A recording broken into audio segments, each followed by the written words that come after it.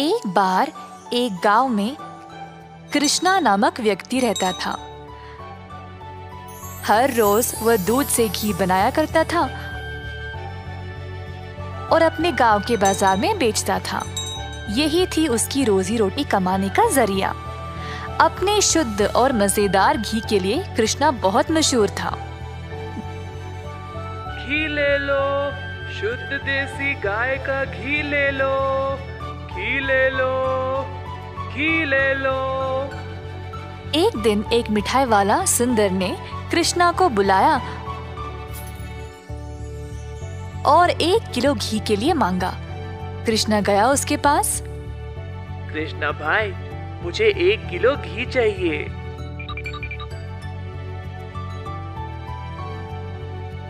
कृष्णा घी को तोलने लगा। जब सुंदर ने देखा कि घी कितना शुद्ध था, तो वह अपने आप को रोक ही नहीं पाया। सुंदर ने और घी लेने का निर्णय लिया। रुको कृष्णा, मुझे तुम 1 नहीं 2 किलो घी दे देना। पता नहीं बाद में बचेगा या नहीं। तुम्हारा घी सबसे शुद्ध है और मुझे स्वादिष्ट मिठाई बनाने में मदद करता है। ओ बढ़िया जी, धन्यवाद सुंदर साहब। ये लो आपके 2 किलो घी। सुंदर ने खुशी से घी लिया और फिर दोनों अपने अपने रास्ते चले गए। जैसे कृष्णा चलता गया, गांव के लोग उसको एक एक करके घी खरीदने बुला रहे थे।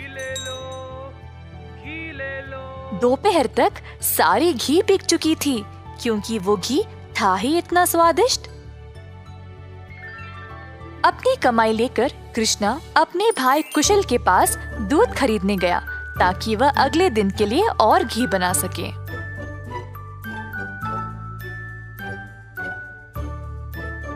हर रोज कुशल देखता था कि उसका भाई बहुत घी बेचकर अच्छा पैसा कमा रहा था और उसका कारोबार दिन पे दिन और भी ज्यादा बढ़ने लगा। भाई, मुझे 5 लीटर दूध चाहिए घी बनाने के लिए।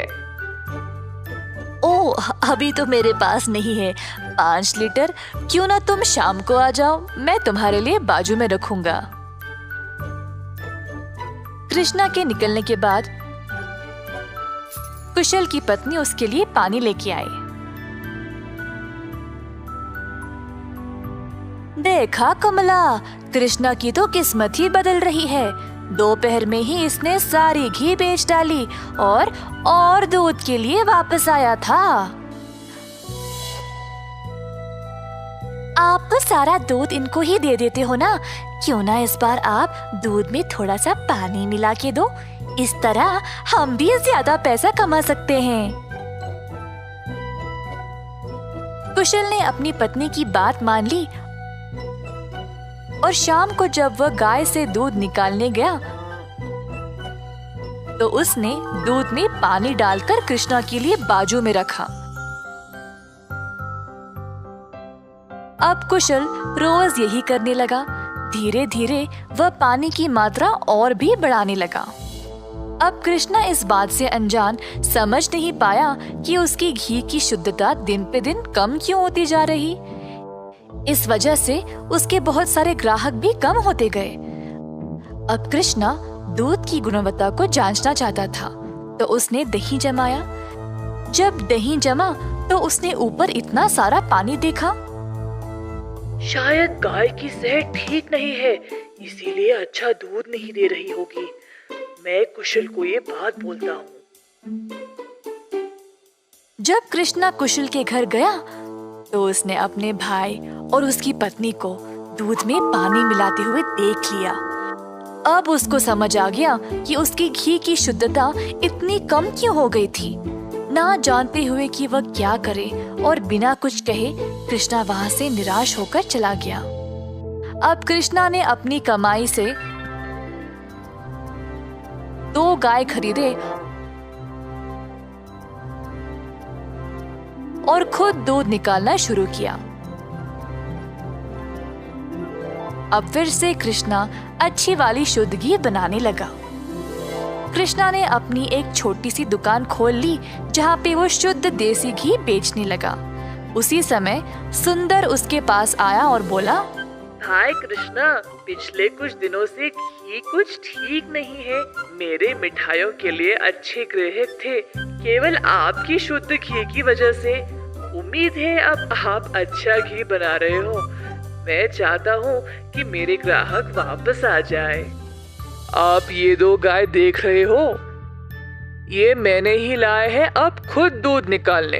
अब से मैं ही दूध निकाल रहा हूँ, तो आज से घी भी सबसे बढ़िया मिलेगी।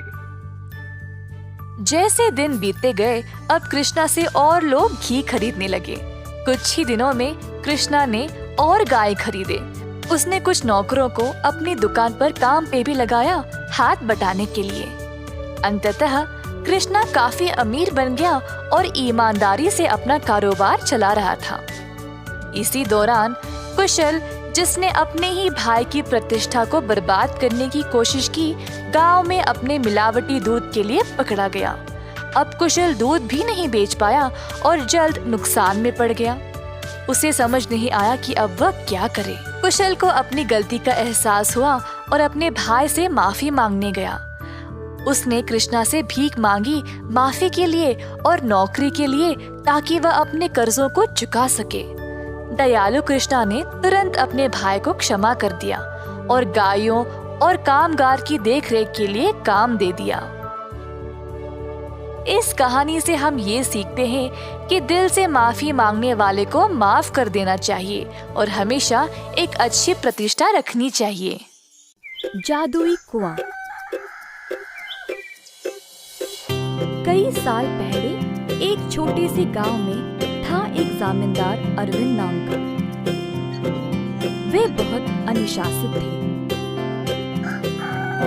हर रोज सवेरे मुर्गे के कुकड़कू बोलते समय ही जाग जाते थे।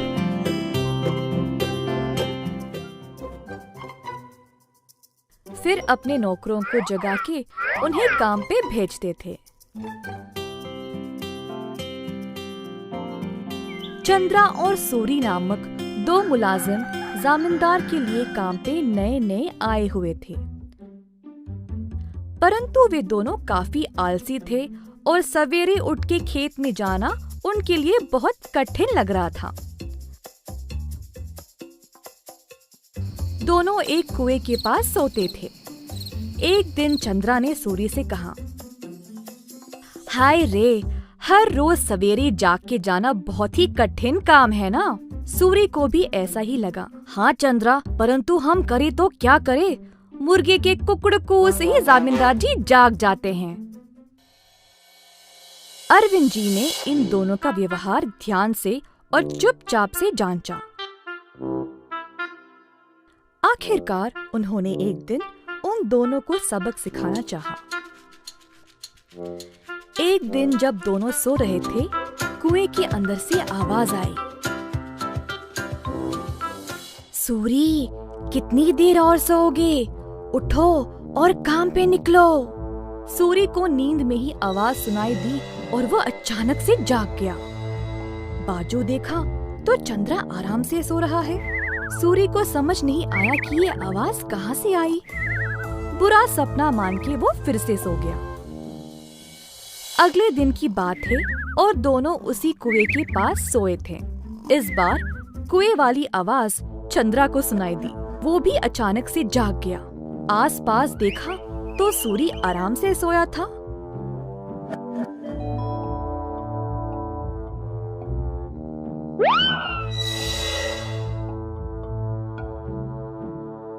कोई बुरा सपना था शायद, ऐसा सोचकर वो भी फिर से सो गया।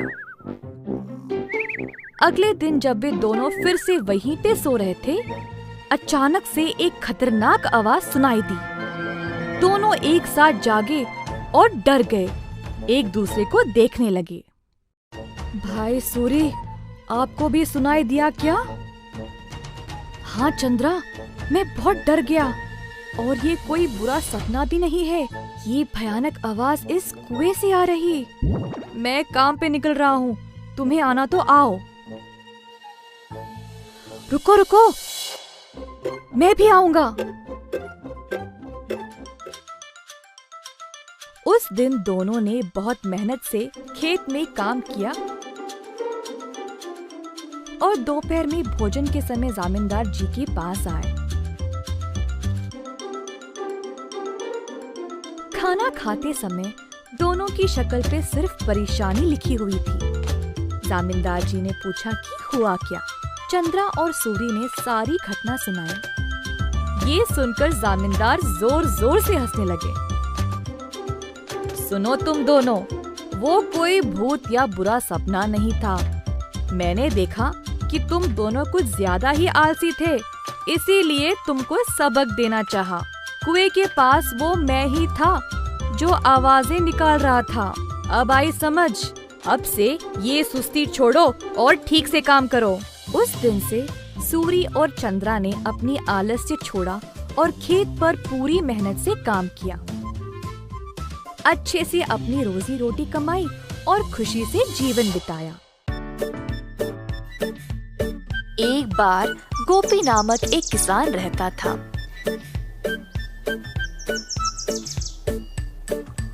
गोपी बहुत मेहनती था। सब लोग उसको पसंद करते थे और उसके साथ अच्छा व्यवहार करते थे।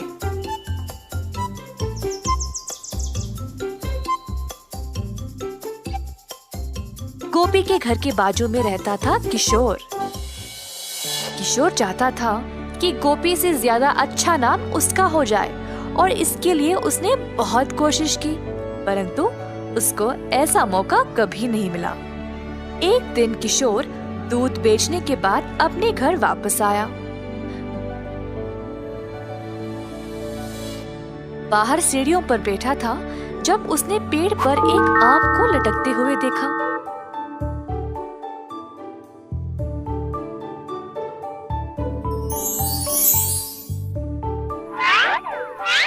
उसने आम को तोड़ा और अपने रुमाल में बंद कर दिया। आम को पकड़ के वह गोपी का इंतजार कर रहा था। जब गोपी वापस आया तब किशोर उसके पास गया और बोला, ओ गोपी, मैं तुम्हारी प्रतीक्षा कर रहा था। क्या बात है किशोर? मैंने इस रुमाल में एक फल को लपेटा है। क्या तुम अंदाजा लगा सकते हो कि इसमें क्या है? अगर तुमने सही जवाब दिया तो तुम खुद अपने हाथों से मेरे घर से जो मर्जी ले जा सकते हो।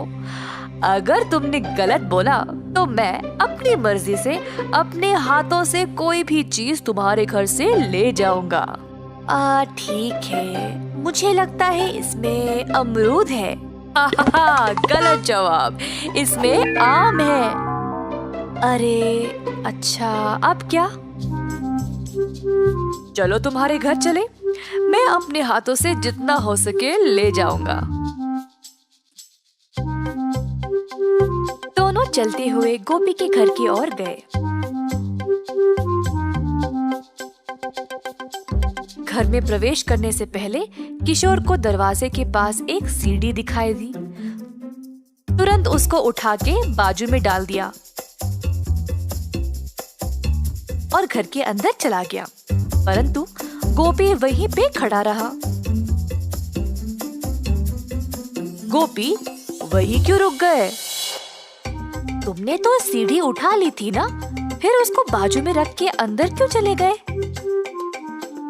क्या मतलब तुम्हारा? हाँ, अपने दोनों हाथों से तुमने सीढ़ी को उठा लिया था ना, तो अब इस सीढ़ी को उठाओ और जाओ। ऐसा कहकर गोपी अपने घर के अंदर चला गया। किशोर ने गोपी को रोककर कहा, ये धोखा है। नहीं नहीं, मैं नहीं मानूंगा। अच्छा ठीक ठीक। अच्छा अब तुम बोलो, मेरे हाथ में क्या है? अगर सही जवाब दिया तो मैं किसी को नहीं बताऊंगा कि तुम अपने दूध में आधा पानी मिलाते हो, पर अगर तुम गलत हुए तो मैं पूरे गांव में इस बात को फैला दूंगा। हाय, अपनी बुद्धिमानी से तुमने मुझे फंसा लिया। ठीक है, मुझे लगता है तुम्हारे मुट्ठी में अंगूठी है। गोपी ने अपनी मुट्ठी खोली और दिखाया कि कुछ भी नहीं है अंदर। हाहा, मेरी मुट्ठी खाली है, तुम हार गए।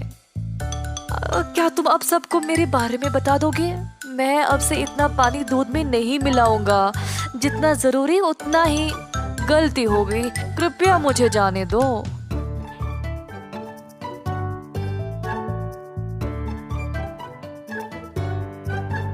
इस कहानी से हम ये सीखते हैं कि आत्म अनुशासन के बिना सफलता असंभव है।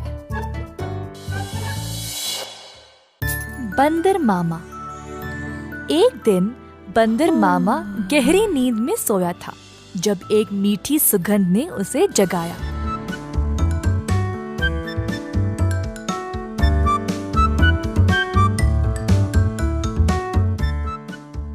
अपनी टोपी और जूते पहनकर बाहर निकल पड़ा खुशबू सूंघते सूंघते।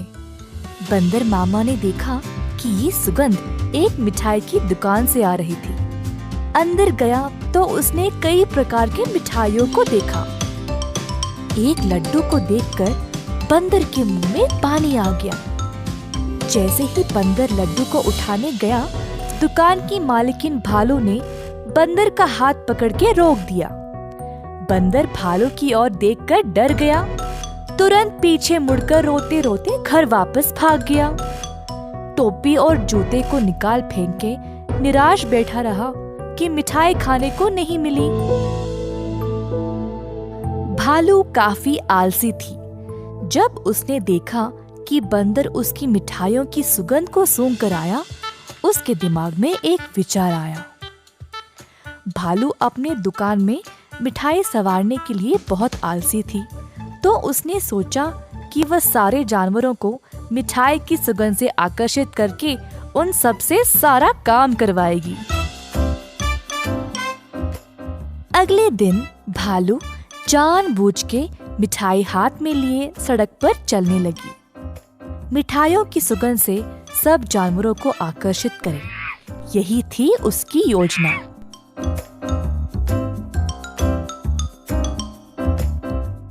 खुशबू फिर से बंदर मामा तक पहुंच गई। इस बार बंदर मामा से रहा नहीं गया और उनका जी ललचाया।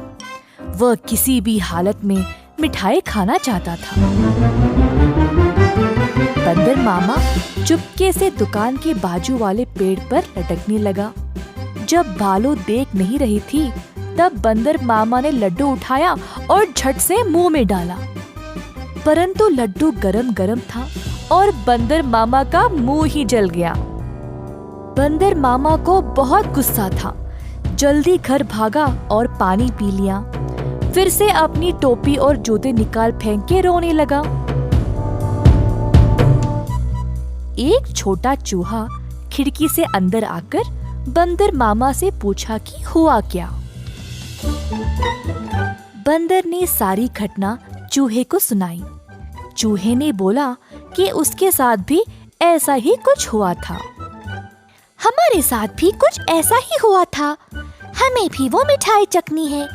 मेरे पास एक योजना है, लेकिन कुछ दोस्तों की मदद की आवश्यकता होगी। चूहा जल्दी से गया और कुछ दोस्तों को लेकर बंदर मामा के घर वापस आया। चूहे की योजना के अनुसार सारे जानवर दुकान के खुलने से पहले ही वहां पहुंच गए। दुकान के पीछे के रास्ते से एक सुराख बनाया और अंदर घुस गए।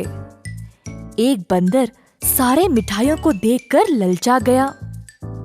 जोश में आकर कूदने लगा और नाचते नाचते केक के मिश्रण में गिर पड़ा। एक और बंदर एक बड़े से बाल्टी में झांका, ये सोचकर कि अंदर मिठाई होंगे, और फिसल के उसी के अंदर गिर गया। तीसरे बंदर ने एक बड़ी गोल सी थाली पर लड्डू देखा।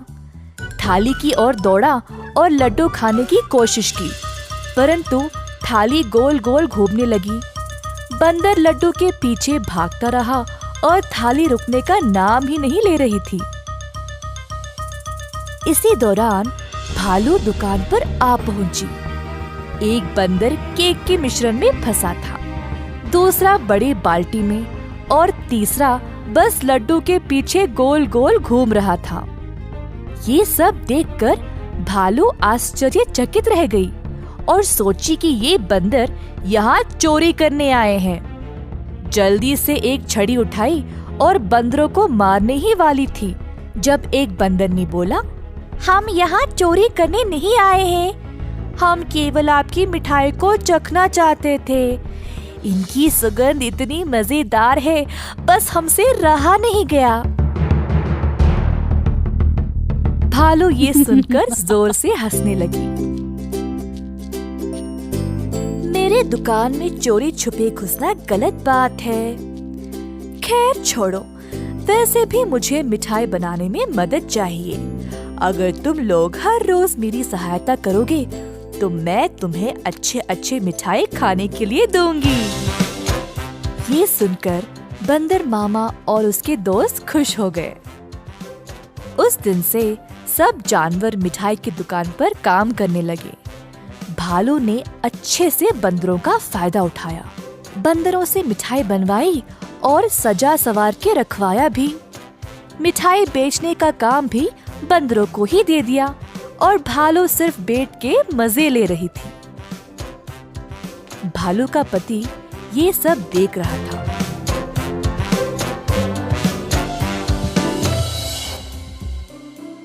तुम तो रोज इतना काम करती हो, परंतु आज आराम से बैठकर मिठाई खा रही हो। दुकान भी बंदरों से भरा पड़ा है। ये क्या हो रहा है यहाँ पे? बंदरों ने मेरा काम आसान कर दिया है। वे खुशी खुशी सारा काम कर रहे हैं और बदले में मुझे ज्यादा कुछ देने की आवश्यकता भी नहीं। बस दिन में एक एक मिठाई देके काम चला रही हूँ। बंदर मामा कोने में इन दोनों की बातें सुन रहा था और ये सब जानकर उसे बुरा लगा। बंदर को एहसास हुआ कि भालू उसका और उसके दोस्तों का इस्तेमाल कर रही थी। बंदर मामा आगे आया और बोला, भालू जी, हमें आपकी मिठाई बहुत ही ज्यादा पसंद है, परंतु आप हमारी इस कमजोरी का फायदा नहीं उठा सकती। ऐसे स्वार्थी बनके किसी को इस्तेमाल करना गलत बात है। आपको दिखता नहीं हम सब यहाँ कितना मेहनत कर रहे हैं। अंत में भालू को अपनी गलती का एहसास हुआ और सुधार लाना चाहा। उस दिन से भालू और उसका पति दोनों दुकान पर जाकर बंदरों का हाथ बटाने लगे और सही पगार भी देने लगे। बंदर मामा खुश था कि भालू ने उसकी बात मानी और अपने व्यवहार को बदल डाला।